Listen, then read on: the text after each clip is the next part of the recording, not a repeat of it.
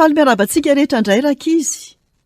Ary faly indrindra indray androany hanolotra tantara mahafinaritra sy mahavariana ho anao. Enoy tsara ary. Ny fandehanan'ny fanjonoan'i Petera. Lioka 5. Jesosy mamela heloka sady miantso. Tena fahadisom-panantenana izany. Nanarato nandritry ny alina manontolo izahay kanefa tsy nahazo na dia trondro iray aza. Diso fanantenana ireo mpanjono reraka ka nisintona ny sambony teo amoron-dranomasina. Alina tsy naomby iny ho azy ireo.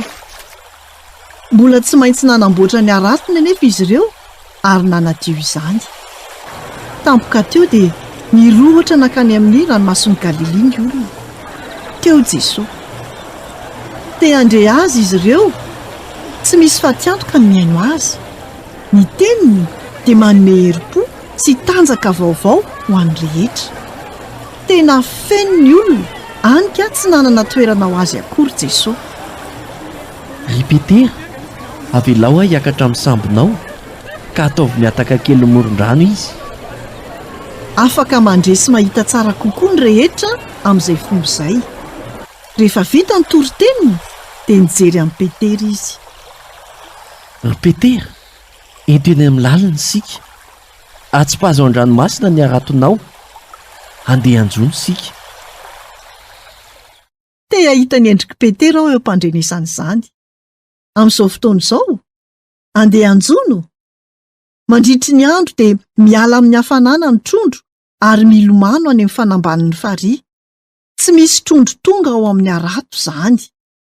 Nahafantatra momba izany zavatra izany i Petera. Raha ny marina dia mpanjono no asany. Mpampianatra, nanjono nandritry ny alina manontolo izahay nefa tsy nahazo trondro na dia iray aza.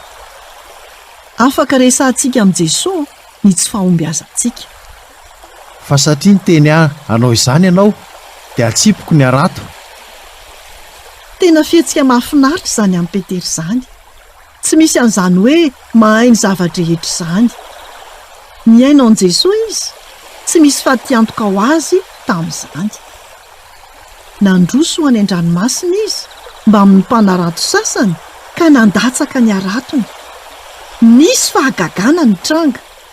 Nahazo trondro be dia be izy ireo ka nanomboka tritra ny arato. Jaune, Jakobo, vonjeo izahay. Tsy afaka manao an'ity sambriera izahay. Nanatsika ny namana izy ireo dia nofenoina trondro ny sambo roa. Tena be dia be ny trondro ka saika nilentika ny sambo. Tena nampiaiky volana ny Petera i Jesosy. Fantany fa tsy mitovy aminy mihitsy izy. Tompo, miala amiko, fa mpanota. Tena nafinaritra fa tsy niala tamin'i Petera Jesosy, fa namela heloka azy kosa. Manao izany ho anao soa ihany koa izy rehefa miaiky ny fahotantsika amin'Andriamanitra isika. Aza matahotra ry Petera, ho mpanarato olona kosa ianao manomboka izao. Iraka vaovao. Tonga mpanarato olona ho an'i Jesosy i Petera izao. Mihevitra aho hoe tsara mihitsy satria tsy mitady olona miavaka Jesosy, fa olona tsotra toa asy ianao. Olona toa an'i Petera, olona izay miaino ny teniny ary mahita fa mendrika ny ara-iaina aminy.